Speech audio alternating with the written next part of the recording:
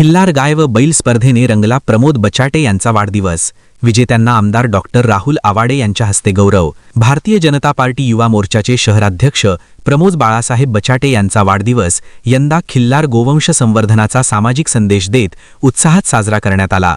युवा ग्रुप, छत्रपती व्यायाम मंडळ, महालक्ष्मी सेवाभावी संस्था व पवन ग्रुप यांच्या संयुक्त विद्यमाने आयोजित खिल्लार गाय व बैल स्पर्धेला पश्चिम महाराष्ट्र तसेच कर्नाटक सीमा भागातून मोठा प्रतिसाद लाभला। देशी गोवंशाचे महत्त्व अधोरेखित करण्यासाठी आयोजित या स्पर्धेचा शुभारंभ मान्यवरांच्या हस्ते झाला।